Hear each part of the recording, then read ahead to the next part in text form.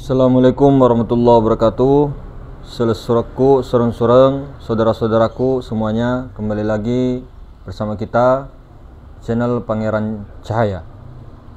Sureng-surengku, saudaraku semua yang dimuliakan Allah Subhanahu wa taala. Maka kita sering mendengar bagaimana sih cara untuk bertauhid atau mengesahkan diri kita kepada Allah Subhanahu wa taala. Kalau dalam bahasa amnya, bahasa umumnya orang mengatakan bagaimana cara mentauhidkan Allah, mengesahkan Allah. Sebenarnya saudara-saudara, Allah itu tidak diesahkan. Bukan Allah yang ditauhidkan, bukan Allah yang diesahkan, tapi kitanya ini mau dileburkan kemudian mengesahkan atas kepada hadrat Allah Subhanahu wa taala. Jadi bagaimana caranya? Kemudian praktiknya itu bagaimana? Apakah kita itu harus betul-betul hilang? Harus betul-betul hilang ingatan, hilang suara pendengaran kita, hilang penglihatan kita, hilang perasaan kita. Pahami ilmu mantik. Pahami kalam-kalam ulama-ulama tasawuf, ulama-ulama ma'rifat, wali-wali Allah yang berkalam. Kadangkala beliau itu berkalam dengan ilmu mantik. Artinya kefanaan seseorang, termasuk di dalam sholat, termasuk di dalam berzikir, termasuk di dalam bekerja, termasuk di dalam berperang, seperti mana Rasulullah SAW dan sebagainya. Kefanaan itu perlu betul-betul dipahami baik-baik. Perkataan para ulama waliullah, muhakkikin, warasatul anbiya, bahwa ketika fana tidak terdengar dari suara-suara, tidak mendengar lagi suara, kemudian tidak berkalam lagi kita, tidak melihat lagi kita. Nah, ini kata-kata manti. Artinya bukan lagi kita yang melihat, bukan lagi keakuan kita yang mendengar, bukan lagi keakuan kita yang berkata-kata, bukan lagi keakuan kita yang merasa, namun levelnya naik, tubadil kesadaran. Jadi artinya tauhid kemudian sampai fana melebur, itu artinya sadar. Duduk di dalam kesadaran itulah yang dikatakan fana. Ketika engkau sadar bahwa ketunggalan Allah esa pada zatnya, esa pada sifatnya, esa pada asmanya, esa pada afalnya, dan kamu faham, itu duduk di keadaan fana fillah. Jadi ketika engkau sadar duduknya, kemudian paham zatnya yang mana, sifatnya yang mana, asma'nya yang mana, af'alnya yang mana, kemudian kamu tidak bergeser keyakinan itu, maka itu dikatakan isbatul yakin, itulah kefana fillah. Maka Rasulullah SAW bersama para sahabat itu dalam keadaan berperang itu, beliau fana. Beliau fana. Bukan lagi fana. Fana itu hanya kata-kata kiasan yang belum 24 jam sadarnya itu. Nah, ketika sudah 24 jam dalam kesadaran billah, itu namanya baqo billah, kekal bersama Allah, kekal beserta Allah. Bahasa syariatnya begitu. Artinya sadarnya sadar Allah 24 jam non-stop, sehari semalam. 1 kali 24 jam tidak pernah putus daripada sedetik pun.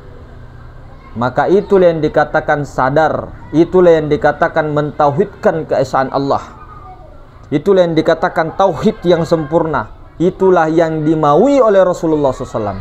Maka pandanglah orang-orang yang pada kekasih-kekasih Allah, pandanglah pembawa panji-panji Rasulullah, pembawa warasatul anbiya itu, hadapanmu itu sebagai Rasulullah SAW.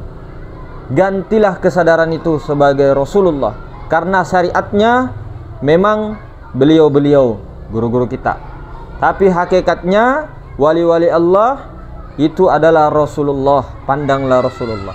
Semua hakikatnya Nur Muhammad Rasulullah, semuanya Nur Muhammad Rasulullah, tapi koneksinya yang kepada Nur Muhammad aslinya, ketika Nabi Muhammad SAW secara syariat beliau wafat, secara syariat ya, beliau wafat, kata-kata ini meninggal dunia secara syariat, ada pelanjutnya ulama warasatul anbiya, itulah hakikat Rasulullah juga secara syariat.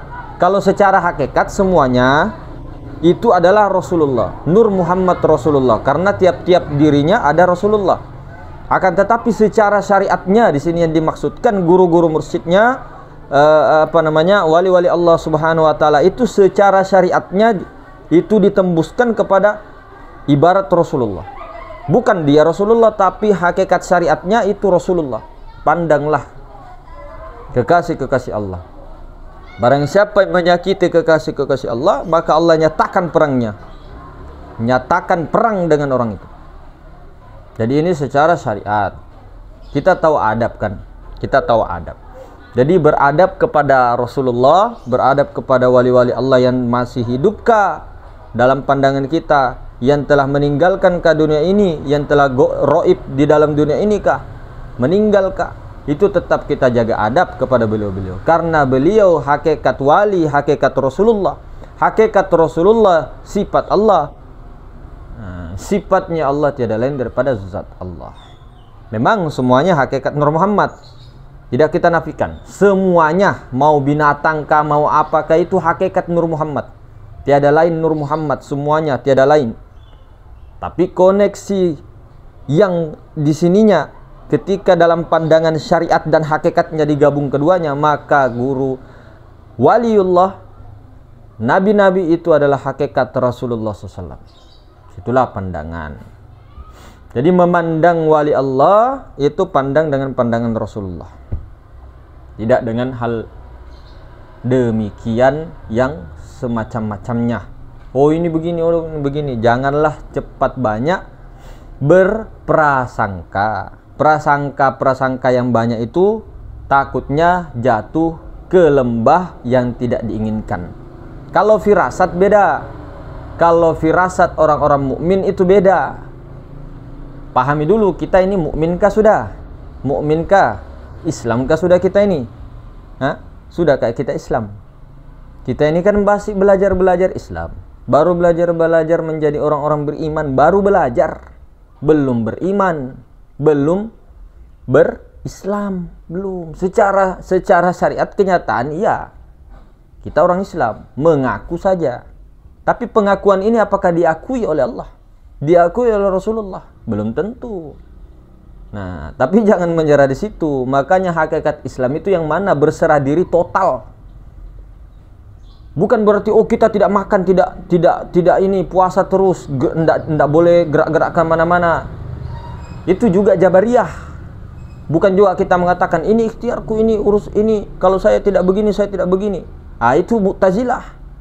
Artinya tetaplah dalam usaha kerja kerasnya, sambil berdoa, tawakal di situ, dengan la haula wala quwata illa billah. Allahu muridun bi qudrati illallah. Nah, itu. Jadi Allah berkehendak dengan sifatnya, sifatnya ini kelakuan daripada zat, artinya dirinya juga yang berkelakuan melalui sifat. Tapi jangan katakan Allah yang bersifat. Maksudnya jangan katakan Allah itu yang makan, minum, tidur dan sebagainya. Tidak. Tidak seperti itu. Allah itu kan yang zat, nama dari zat. Tapi bukan hanya sekedar nama, ada barangnya, wujudnya itu ya zat. Zatnya itulah yang bernama Allah. Nah inilah, itu tadi kembali tadi, kesadaran itulah yang dikatakan dalam pentauhidan. Ketika sudah sadar seperti musyahadakan terus menerus, mesrakan saja terus menerus. Tidak perlu kita banyak berpikir sebenarnya. Tidak perlu kita itu terlalu meminta makom-makom. Meminta ingin fana itu makom, itu hijab lagi. Tidak perlu meminta fana. Tidak perlu meminta bako. Tidak perlu. Jalani, syukuri, rahmati, tawakal, ikhtiar, doa semuanya. Jalankan saja. Makan saja. Kenyangnya nih nanti ikut. Kita ini baru belajar 1 bulan, melihat YouTube langsung aja mau makrifat. Tidak ngono kui, Mas. Ora ngono kui. Bahasa Jawanya kan. Maksudnya bukan begitu itu gitu loh. Ndak gitu juga kali. Nah, gitu loh. Bukan hanya kepahaman tuh makrifat tuh. Betul-betul duduk. Sama dengan kata orang tua kita dulu, leluhur kita dulu. Nak, ketika aku berikan kamu suatu pegangan buatmu, semacam mantra lah, taruhlah, doa-doa lah atau apalah. Ini misal pedang Ali besi kursani kulitku misal ya. Kiroman ngiri kanan, kiroman di kanan, katibinna di kiri, matap aluna di depanku, yalamuna di belakangku. Allah Ta'ala ri tubuh dan nyawaku, barakah la ilaha illallah Muhammad Rasulullah. Ini bukan hanya sekedar mantra. Ini bukan hanya sekedar puisi. Terus diyakini begitu saja, tidak. Dipakai. Dipakai. Bukan dibaca. Bukan dibaca. Dipakai. Bukan dibaca. Abu Bakar teton rioloku. Ali tetong rimenriku. Bukan. Abu Bakar di depanku. Umar di belakangku. Ali di kiriku, Utsman di kananku, dikelilingi oleh Nur Muhammad, la ilaha illallah Muhammad Rasulullah. Bukan hanya dibaca, dipakai. Sama dengan makrifat.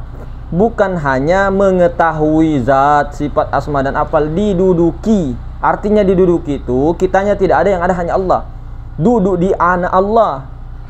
Bukan mengaku Allah. Bukan, tidak perlu diucap-ucapkan dalam hati atau menunggu suara dalam hati, aku Allah, akulah Allah. Bukan itu. Bukan. Bukan mengaku Allah, bukan menghadir-hadirkan Allah. Bukan. Astagfirullah. Bukan menghadirkan Allah. Sejak kapan Allah tidak hadir? Kita ini loh yang mau dimatikan. Apanya? Pikiran perasaannya lebur kepada zat, duduk di situ. Nah, jalannya silakan pilih. Nah, ya kan begitu. Jadi contoh tadi, dengan kesadaran itulah engkau bisa mentauhidkan Allah, tapi bukan hanya dengan perkataan, tapi praktek. Prakteknya di mana? Di thoriqoh. Orang hanya kepahaman itu namanya filsafat tasawuf. Tidak dengan laku. Teori saja tidak ada laku. Tanpa praktek, omong kosong. Cerita sembunyi. Cerita apa? Cerita campur kentut. Cerita campur kentut. Kalau praktek saja, amalia saja, tanpa teori, mau jalan kemana? Orang kita ini buta, tidak bawa lampu, ya kan? Tidak bawa lampu.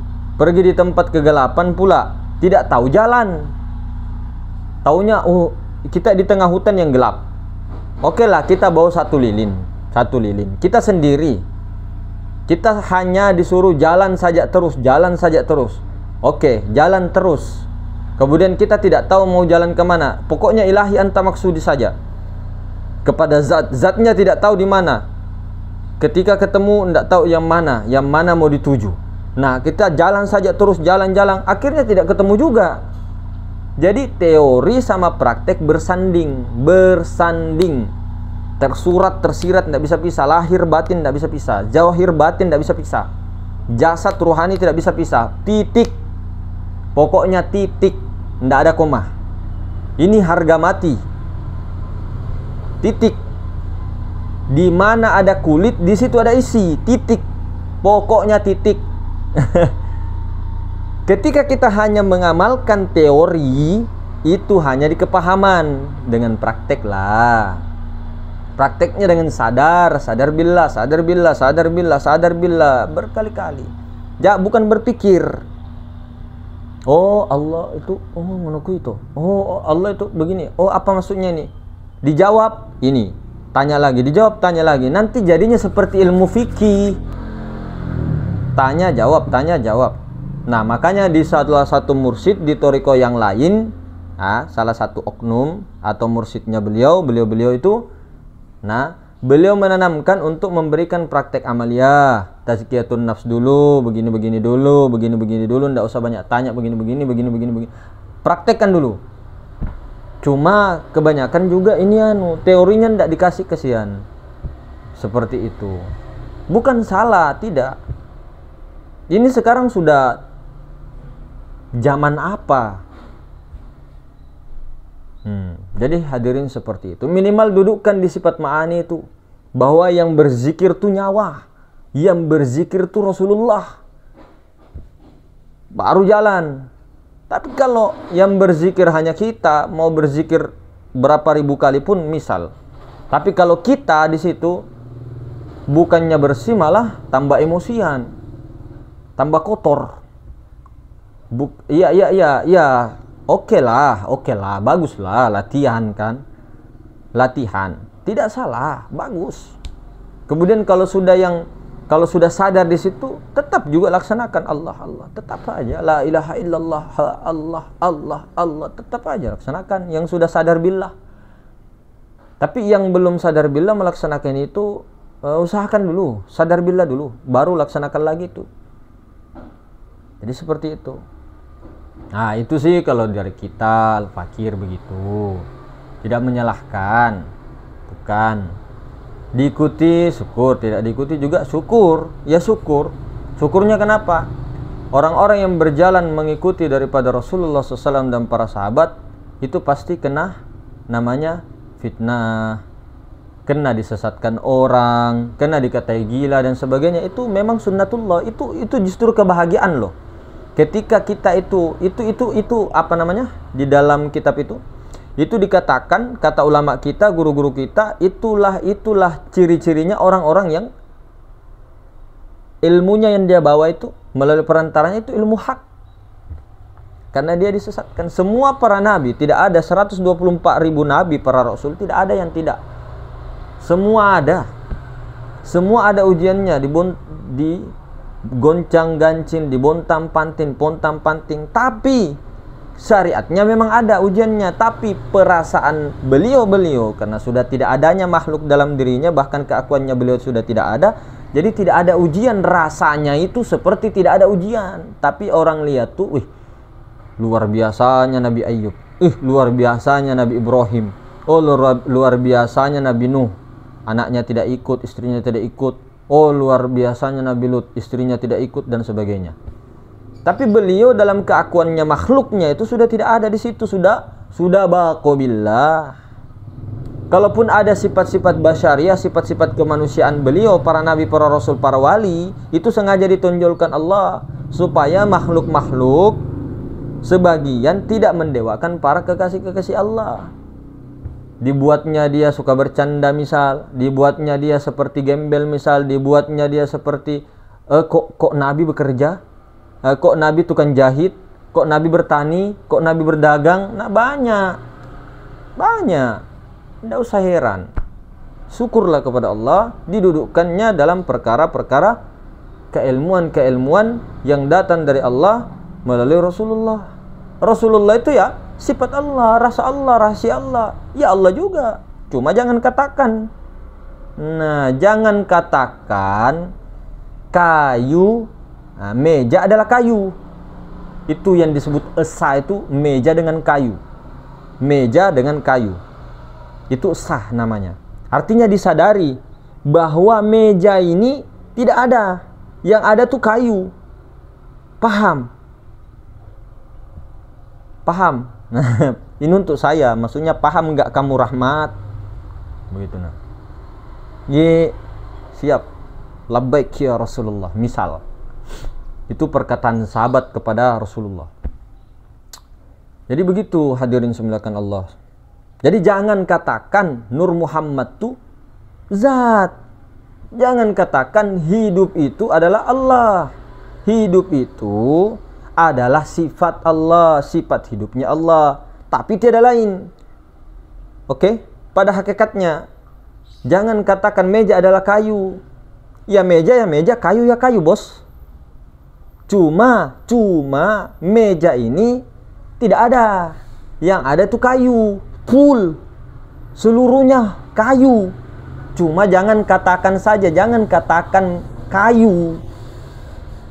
Hancur nanti dunia perboksingan, dunia permuaitaian, dunia permancaan, dunia perkuntauan. Berkelahi nanti orang. Yang satu bilang, yang satu pandangannya hakikat, yang satu pandangannya syariat. Tidak, ini kayu ini. Yang satu orang hakikat bilang, enggak. Ini meja. Kenapa kau bilang kayu? Nah, bertengkar, hancur dunia persilatan. Tapi kalau orang yang dua-duanya memegang syariat dan hakikat, oh tidak, begini, semuanya benar. Kalau pandanganmu hakikat, kayu itu benar, memang kayu semuanya. Karena meja ini terbuat dari kayu. Oh, yang satu juga benar. Karena ini bukan lagi kayu namanya, tapi meja. Nah, itu nah. Apa yang membuat kita selalu berdebat, berhujjah? Karena kita tidak duduknya di totalitas semua itu. Coba duduk. Di syariat duduk, thariqah duduk, hakikat duduk, makrifat duduk. Apakah masih mau berdebat begitu? Tidak ada. Tidak bagus, percuma. Nah, mungkin begitu saudara-saudara. Assalamualaikum warahmatullahi wabarakatuh.